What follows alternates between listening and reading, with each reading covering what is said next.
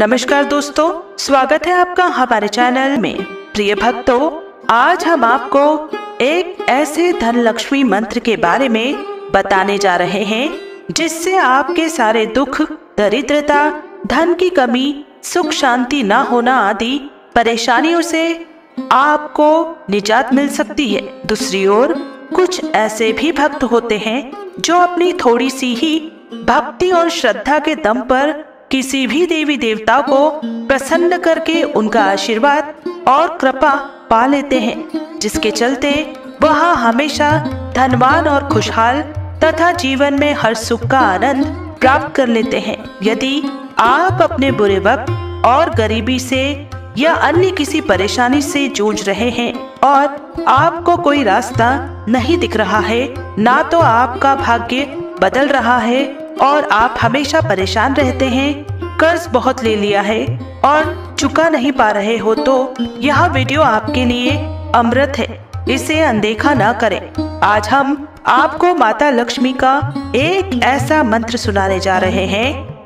हिंदू धर्म शास्त्र में मान्यता है कि इस मंत्र के जाप व सुनने मात्र से ही कोई भी भक्त माता लक्ष्मी को प्रसन्न करके धन प्राप्ति, पुण्य प्राप्ति, आशीर्वाद प्राप्त कर सकता है और माता लक्ष्मी उन पर अपनी कृपा बरसाना शुरू कर देती हैं, जिसके द्वारा व्यक्ति अति शीघ्र ही धनवान बन जाता है और उसका अच्छा समय शुरू हो जाता है। तो चलिए भक्तों, माता लक्ष्मी को प्रसन्न करने के लिए और उनकी कृपा पाने के लिए आपको इस मंत्र को पूरा 108 बार जाप या श्रवण करना है। जैसे ही आप इस मंत्र का 108 बार जाप करेंगे, माता लक्ष्मी आप पर अपार कृपा दृष्टि बरसा देंगी और आपके सभी बिगड़ते हुए कार्य भी बनने लग जाएंगे।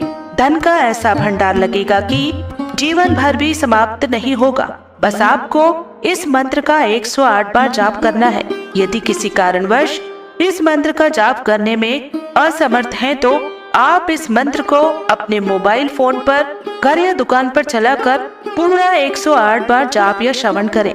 साथ ही प्रिय भक्तों, आप माता लक्ष्मी का आशीर्वाद अपने ऊपर व अपने पूरे संपूर्ण परिवार पर पाना चाहते हैं, तो हमारे इस वीडियो को दिल से एक लाइक अवश्य करें और हमारे चैनल नीलकंठ ज्ञान को सब्सक्राइब करके कमेंट में जय माँ लक्ष्मी लिखना न भूलें, जिससे माता लक्ष्मी के चरणों में आपकी हाजिरी अवश्य ही लग जाएगी। तो प्रिय भक्तों, माता लक्ष्मी का महामंत्र इस प्रकार है।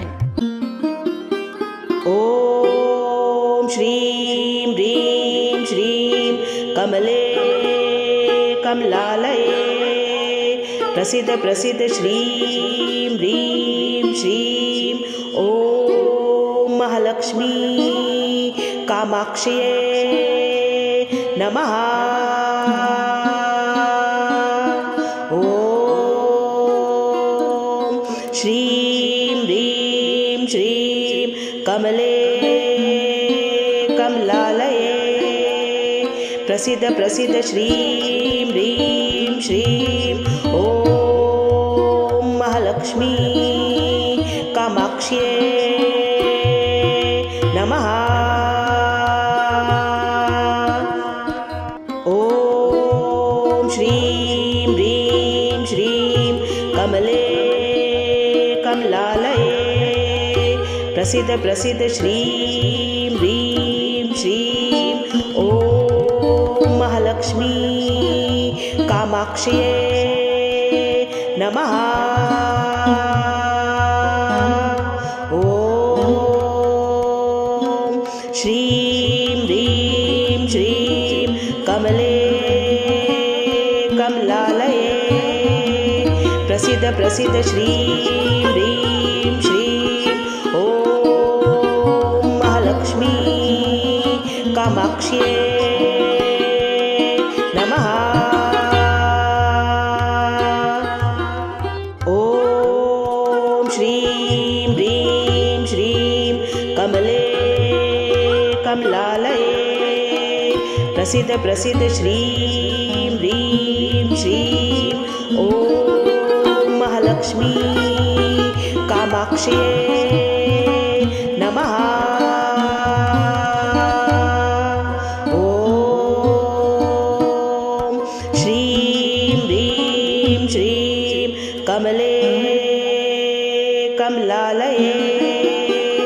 प्रसीद प्रसीद श्रीं ह्रीं श्रीं ॐ महालक्ष्मी कामाक्ष्यै नमः। ॐ श्रीं ह्रीं श्रीं कमले कमलालये प्रसीद प्रसीद श्रीं ह्रीं श्रीं ॐ महालक्ष्मी कामाक्ष्यै नमः। ॐ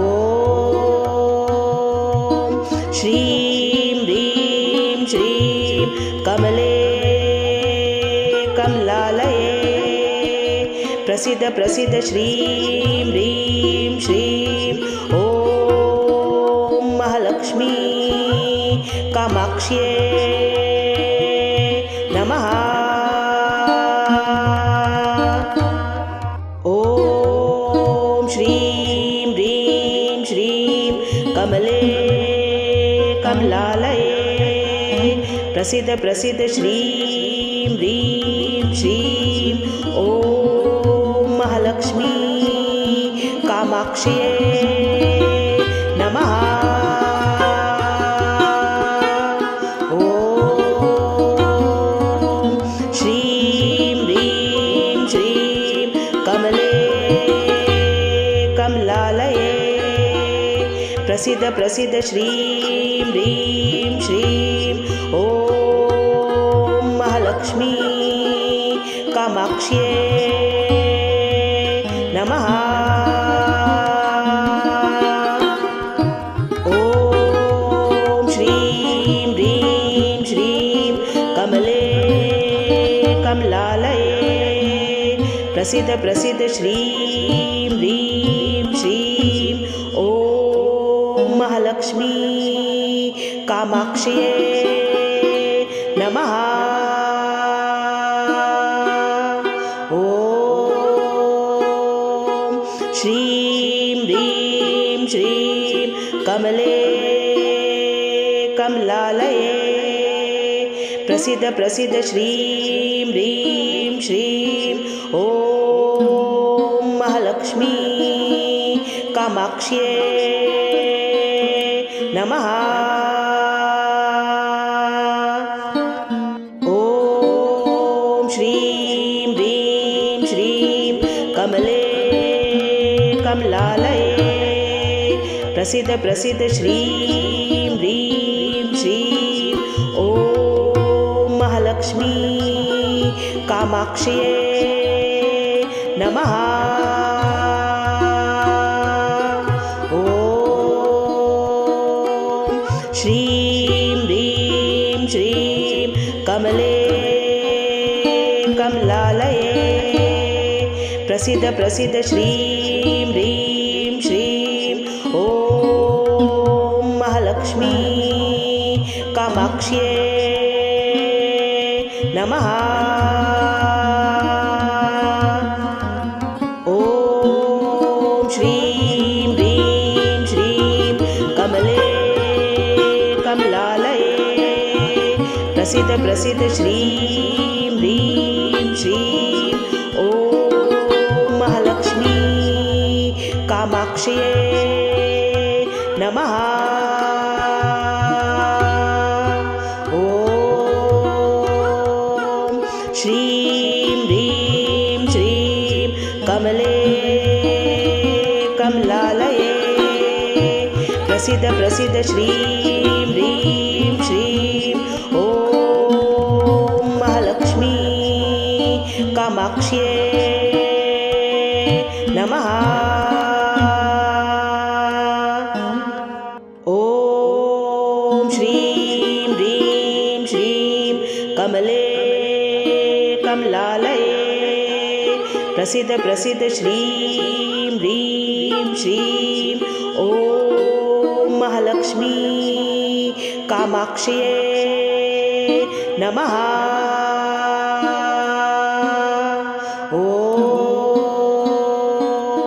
श्रीं ह्रीं श्रीं कमले कमलालये प्रसीद प्रसीद श्रीं ह्रीं श्रीं ॐ महालक्ष्मी कामाक्ष्ये नमः। ॐ श्रीं ह्रीं श्रीं कमले कमलालये प्रसीद प्रसीद श्रीं ह्रीं श्रीं ॐ महालक्ष्मी कामाक्ष्ये नमः। ॐ श्रीं ह्रीं श्रीं कमले कमलालये प्रसीद प्रसीद श्रीं ह्रीं श्रीं ॐ महालक्ष्मी कामाक्ष्ये नमः। ॐ श्रीं ह्रीं श्रीं कमले कमलालये प्रसीद प्रसीद श्रीं ह्रीं श्रीं ॐ महालक्ष्मी कामाक्ष्ये नमः। ॐ श्रीं ह्रीं श्रीं कमले कमलालये प्रसीद प्रसीद श्रीं ह्रीं श्रीं ॐ महालक्ष्मी कामाक्ष्ये नमः। ॐ श्रीं ह्रीं श्रीं कमले कमलालये प्रसीद प्रसीद श्रीं ह्रीं श्रीं ॐ महालक्ष्मी कामाक्ष्ये नमः। ॐ श्रीं ह्रीं श्रीं कमले कमलालये प्रसीद प्रसीद श्रीं ह्रीं श्रीं ॐ महालक्ष्मी कामाक्ष्ये नमः। ॐ श्रीं ह्रीं श्रीं कमले कमलालये प्रसीद प्रसीद श्रीं ह्रीं श्रीं ॐ महालक्ष्मी कामाक्ष्ये नमः। ॐ श्रीं ह्रीं श्रीं कमले कमलालये प्रसीद प्रसीद श्रीं ह्रीं श्रीं ॐ महालक्ष्मी कामाक्ष्ये नमः। ॐ श्रीं ह्रीं श्रीं कमले कमलालये प्रसीद प्रसीद श्रीं ह्रीं श्रीं ॐ महालक्ष्मी कामाक्ष्ये नमः। ॐ श्रीं ह्रीं श्रीं कमले कमलालये प्रसीद प्रसीद श्रीं ह्रीं श्रीं ॐ महालक्ष्मी कामाक्ष्ये नमः। ॐ श्रीं ह्रीं श्रीं कमले कमलालये प्रसीद प्रसीद श्रीं ह्रीं श्रीं ॐ महालक्ष्मी कामाक्ष्ये नमः। ॐ श्रीं ह्रीं श्रीं कमले कमलालये प्रसिद्ध प्रसिद्ध श्रीं ह्रीं श्रीं ॐ महालक्ष्मी कामाक्ष्यै नमः। ॐ श्रीं ह्रीं श्रीं कमले कमलालये प्रसिद्ध प्रसिद्ध श्रीं ह्रीं श्रीं ॐ महालक्ष्मी कामाक्ष्यै नमः। ॐ श्रीं ह्रीं श्रीं कमले कमलालये प्रसिद्ध प्रसिद्ध श्रीं ह्रीं श्रीं ॐ महालक्ष्मी कामाक्ष्यै नमः। ॐ श्रीं ह्रीं श्रीं कमले कमलालये प्रसिद्ध प्रसिद्ध श्रीं ह्रीं श्रीं ॐ महालक्ष्मी कामाक्ष्यै नमः। ॐ श्रीं ह्रीं श्रीं कमले कमलालये प्रसिद्ध प्रसिद्ध श्रीं ह्रीं श्रीं ॐ महालक्ष्मी कामाक्ष्यै नमः। ॐ श्रीं ह्रीं श्रीं कमले कमलालये प्रसिद्ध प्रसिद्ध श्रीं ह्रीं श्रीं ॐ महालक्ष्मी कामाक्ष्यै नमः। ॐ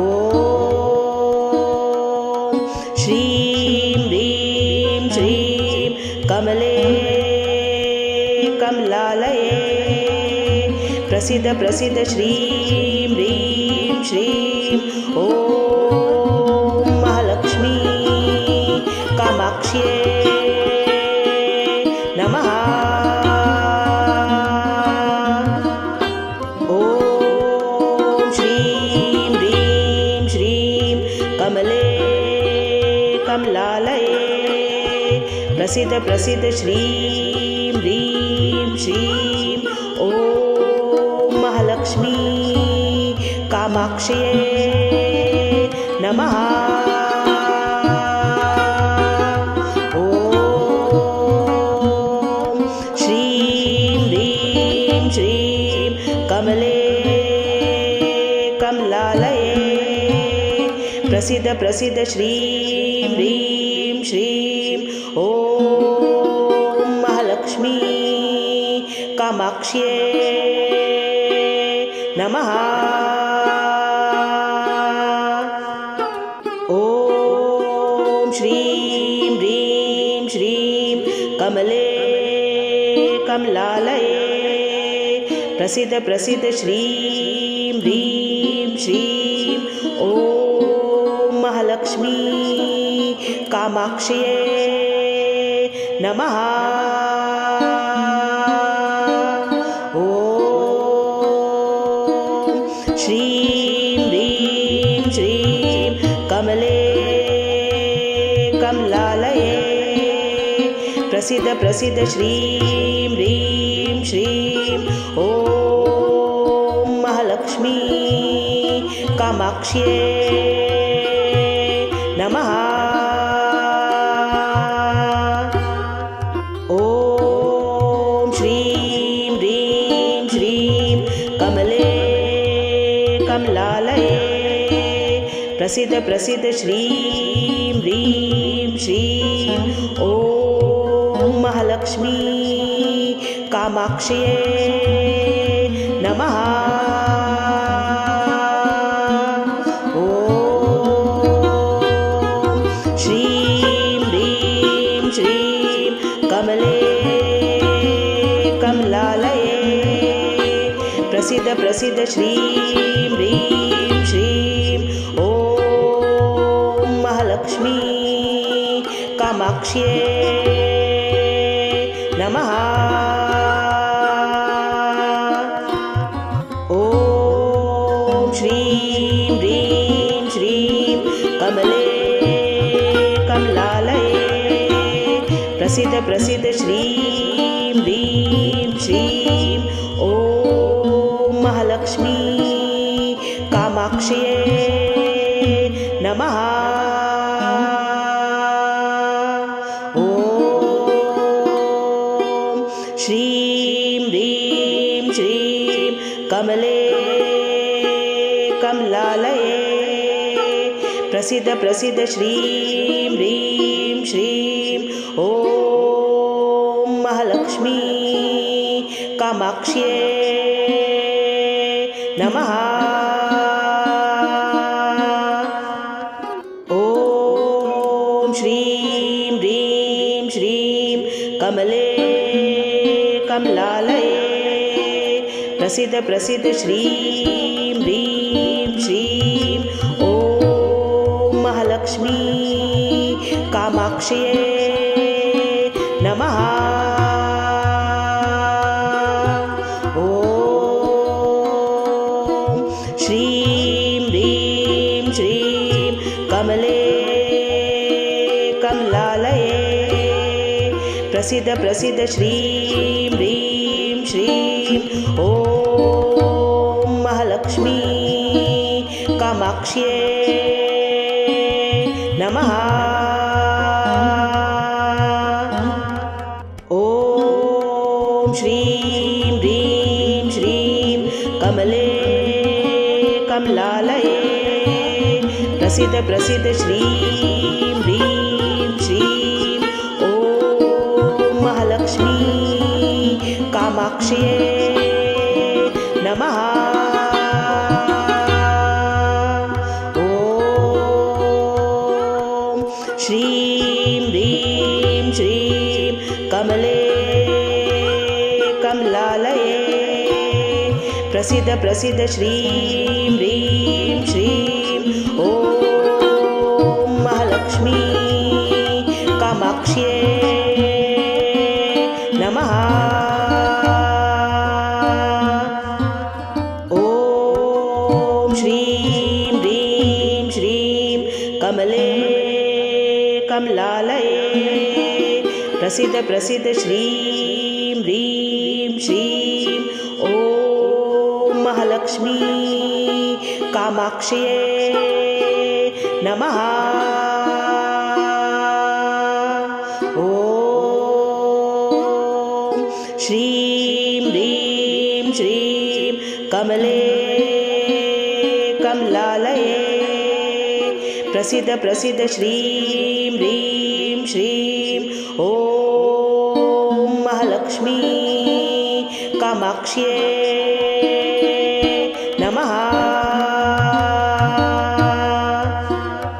ॐ श्रीं ह्रीं श्रीं कमले कमलालये प्रसिद्ध प्रसिद्ध श्रीं ह्रीं श्रीं ॐ महालक्ष्मी कामाक्ष्यै नमः। ॐ श्रीं ह्रीं श्रीं कमले कमलालये प्रसिद्ध प्रसिद्ध श्रीं ह्रीं श्रीं ॐ महालक्ष्मी कामाक्ष्यै नमः।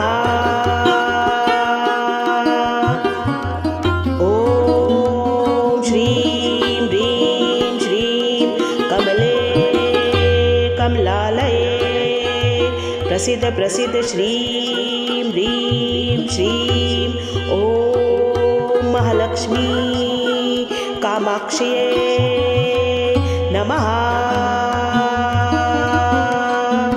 ॐ श्रीं ह्रीं श्रीं कमले कमलालये प्रसिद्ध प्रसिद्ध श्रीं ह्रीं श्रीं ॐ महालक्ष्मी कामाक्ष्यै नमः। ॐ श्रीं ह्रीं श्रीं कमले कमलालये प्रसिद्ध प्रसिद्ध श्रीं ह्रीं श्रीं ॐ महालक्ष्मी कामाक्ष्यै नमः। ॐ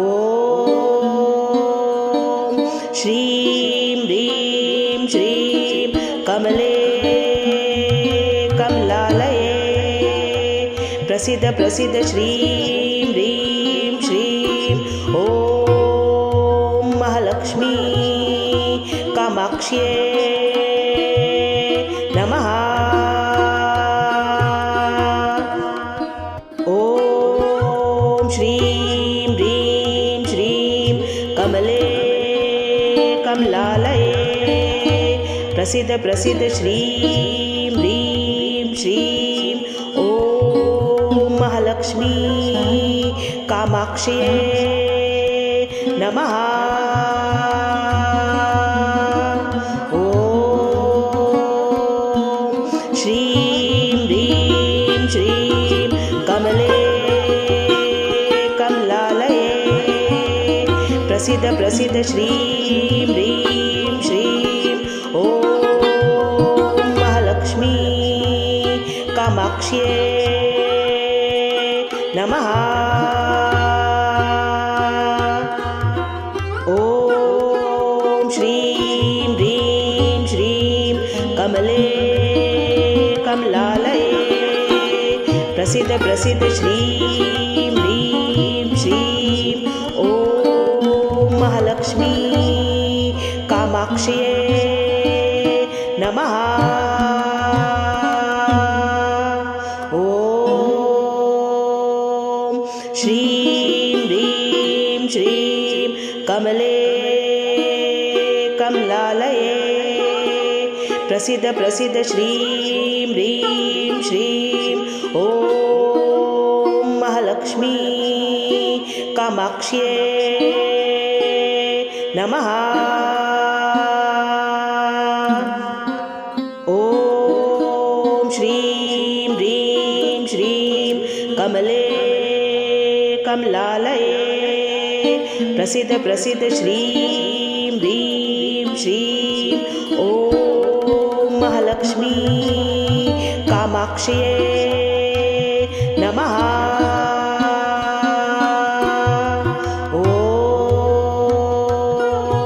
श्रीं ह्रीं श्रीं कमले कमलालये प्रसिद्ध प्रसिद्ध श्रीं ह्रीं श्रीं ॐ महालक्ष्मी कामाक्ष्यै नमः। ॐ श्रीं ह्रीं श्रीं कमले कमलालये प्रसिद्ध प्रसिद्ध श्रीं ह्रीं श्रीं ॐ महालक्ष्मी कामाक्ष्यै नमः। ॐ श्रीं ह्रीं श्रीं कमले कमलालये प्रसिद्ध प्रसिद्ध श्रीं ह्रीं श्रीं ॐ महालक्ष्मी कामाक्ष्यै नमः। ॐ श्रीं ह्रीं श्रीं कमले कमलालये प्रसिद्ध प्रसिद्ध श्रीं ह्रीं श्रीं ॐ महालक्ष्मी कामाक्ष्यै नमः। ॐ श्रीं ह्रीं श्रीं कमले कमलालये प्रसिद्ध प्रसिद्ध श्रीं ह्रीं श्रीं ॐ महालक्ष्मी कामाक्ष्ये नमः। ॐ श्रीं ह्रीं श्रीं कमले कमलालये प्रसिद्ध प्रसिद्ध श्रीं ह्रीं श्रीं ॐ महालक्ष्मी कामाक्ष्ये नमः। ॐ श्रीं ह्रीं श्रीं कमले कमलालये प्रसिद्ध प्रसिद्ध श्रीं ह्रीं श्रीं ॐ महालक्ष्मी कामाक्ष्ये नमः। ॐ श्रीं ह्रीं श्रीं कमले कमलालये प्रसिद्ध प्रसिद्ध श्रीं ह्रीं श्रीं ॐ महालक्ष्मी कामाक्ष्ये नमः। ॐ श्रीं ह्रीं श्रीं कमले कमलालये प्रसिद्ध प्रसिद्ध श्रीं ह्रीं श्रीं ॐ महालक्ष्मी कामाक्ष्ये नमः।